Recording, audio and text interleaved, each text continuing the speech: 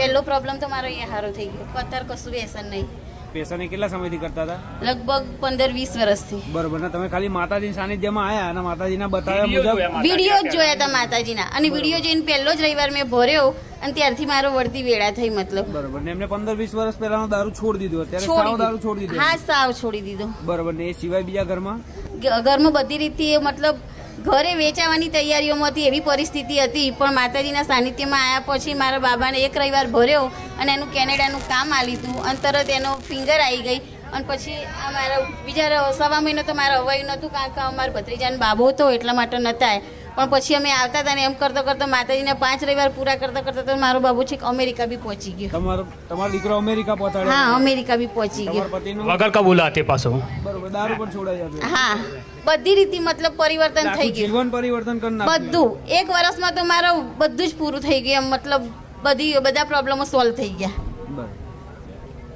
અને માતાજીએ એક અમારી જે ઝોપડીમાંની તકલીફ હતી એ માતાજીના વિડીયો જોયા અને એ પ્રમાણે મેં અગરબત્તી ચાલુ કરી અને માતાજી મને સપનામાં બતાવ્યા કે આજ માતાજીનું તમારું દુઃખ છે.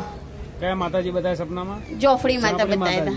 બરોબર. એટલે વિડીયો જોઈને તમને એવું લાગ્યું કે હા, મારા ઘરમાં જે મારી બેબી જે બાળ શીખવતા હતા ત્યારે બેહાડી છે, એટલે માતાજી કહ્યું હતું કે જેનો લોહી પડતું હોય એ બેબીને મારે લોહી ને એવું પડતું હતું. બરોબર. એટલે તમે વિડીયો જોઈને ખાલી 2 અગરબત્તી? હા, અગરબત્તી ચાલુ કરી દીધી. સપનામાં ઝાપડી માતા બતાવ્યા? હા, એ માતાજી બતાવ્યા હતા. બરોબર. કે ઝાપડી માતાનું દુઃખ છે? હા, ઝોપડી માતાનું દુઃખ છે. ઝોપડી માતાનું ચાલુ કરવાથી તમારા ઘરમાં ઘણું સારું થયું? હા, ઘણું સારું થઈ ગયું માં. એટલે મારા રવિવાર ભરવાથી ઘેર બેઠા જ તમને ભલું કર્યું? હા, ઘેર બેઠા જ. અને બીજું મારે કહેવા જેવું હતું, કોઈ માતા મને કૃપા કરવામાં આડી થતી હોય તો એનું મેં સપનામાં બદનામ કીધું કે ઝોપડી માતાની અગરબત્તી ચાલુ કરજે, સારું થશે. અરે રામ, આ ઝોપડી રામ, આ ઝોપડી તમારા બાપ દાદાએ પૂજેલી ઝોપડી. આ નહીં કોઈ સાધના વિદ્યા નહીં, પણ તમારા બાપ દાદાની આ જહુ ઝોપડી માતા છે. આવું રામ રામ રામ. આ ઝાપડી એવું કે છે કે જ્યારે બાપ દાદાની જમીનો ને બમીનો બધું બહુ હતું ને, આમાં આ તારે આ ઝોપડી માતા પૂછતા. બરાબર. અને ખેતરોમાં પૂછતા. બરાબર. એ ટાઈમ થી પૂછતા. પણ આ બધી વસ્તીએ ધીરે ધીરે ધીરે ધીરે જેમ જેમ સમય ગયો ને એમ બધું ધર્મમાં ધોન કોઈ આલ્યું નહીં, વ્યવહારમાં કોઈ ધોન આલ્યું નહીં. એમ કરતા બધું કુટુંબ વિખુટું પડતું જોઈએ. એમ જુદી કરતા કરતા મને ઝોપડી નહીં ભૂલી ગયા. આ એ ઝોપડી માતા જ આટલા ટાઈમ પછી જાગૃત બની હોય તો જો તમને તમારી માતા તમારી કુળદેવીની રજાથી અને આશીર્વાદથી આ ઝોપડી આ સમયગાળામાં જાગૃત બની અને હોમેથી આવી છે તો એનો ચોલ્લો કરી અને અપનાવી લેજો. એને નાનો મઢ બનાવી અને પૂજા પાઠ ચાલુ કરી દેજો. બડા બેડો પાર થશે. હું મેલડી આવું કહું.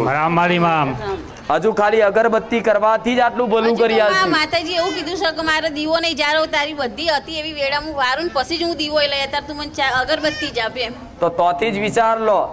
એને અગરબત્તીમાં જ ભલું કરવાનું ચાલુ કરી દીધું. જે દાડો દીવો કરીને બેહાડી સ્થાપના કરી દીધી ને એ દાડ ભલું ભલું કરી દે છે. તમારા ગામમાં એક અલગ આખું અરજવાડું કરશે. આવું એવું કે છે. મારી અમેરિકામાં લોટરી લગાડી ઝોપડીમાં.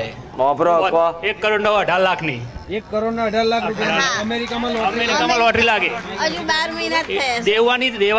દેવું છે ને એ જવાબદારી મારી ઝોપડી માતાએ લીધેલી છે. બરોબર. ને લોટરી અમેરિકામાં નોકરી આલી, રવાનું કરી આલ્યું, બધું કરી આલ્યું છે. અને કબૂલાત વગર મોકલી આપા. નોકરી આલી, લોટરી લાગી લે. હજુ 6 મહિના કીધા છે કે બીજી લોટરી મુ લગાડે. અત્યારે તો ખાલી તમે 2 અગરબત્તી જ કરો. અત્યારે અગરબત્તી ચાલુ છે. પણ માતાજી એમ કીધું. પણ હવે આટલી મોટી લોટરી લગાય તો અગરબત્તી ના રાખશો એને દીવો હાલો. હવે આ તો બધું બહુ છે. તારો ગામ તો ચિતરાયેલું છે બધું, પણ મારો ભગવાન ચોથી ચો લઈ જાય મને ખબર નહીં પડતી. પણ આ ચોનું ચો હું જોઉં છું. જો એક જોગણી માતા જોઉં છું આ બાજુ. હા માસુ, એની વાત કરું છું. હા માં. એથી એ જોગણી માતા રામદેવ પીર મહારાજ અને આગળ નેહાર જેવું છે. હા નિક્ષાર છે. હા, એ માર્ગ ઉપરથી તમારા અંદર જવાય. હા હા અંદર. હા માં જવાય. હા બસ આગળ એક અંબે માતાનું વાઘવારી માતા છે કોઈ અંદર જે મંદિર આવ્યું ગોગા મહારાજનું નોનું આવ્યું હોબર હું કહું એ જગ્યા પર આગળ જઈને એટલે પેલા જૂના ઘરો નહીં આવતા આમ પતરાવાળા મેળાવાળા આમ ધારવાળા પેલા ખબર છે ડિઝાઇન લગાવતા સેવા ઘરો કહું જૂનવાડી પતરાવાળા હા હા શું એ ફરિયામ ઘૂસ્યું જૂનવાડી પતરાવાળા ઘર હોય હા હા માં જે અત્યારે જૂના 100-200 વર્ષ જૂના બનાયેલા હોય ને એવા જૂના પતરાવાળા ઘર હોય ને એવા ફરિયામ ઘૂસ્યું હા માં મેઢીવાળા મેઢીવાળા હા જો પેલા મોર દોરેલા હોય હા ઉપર હા એવા શી હતા હાલ અમારા અભી છે? વડ સસરાનું જ ઘર એવું હાલ છે ભાઈ છે એ કેવું ઘર છે આ ડિઝાઇન વાળું હા, ડિઝાઇન એવું વાળું જ છે મેઢી મથાળા વાળું જ છે એમ તાર હવે બરોબર પહોંચી હું તારા ગામનો રસ્તો બહુ આગો પાછો હતો એટલે તો મારું ગામ જ એવું છે ને ગામ જ ઓમથી આમ બધા 4-5 રસ્તા આવવાના છે ઓમ હા માં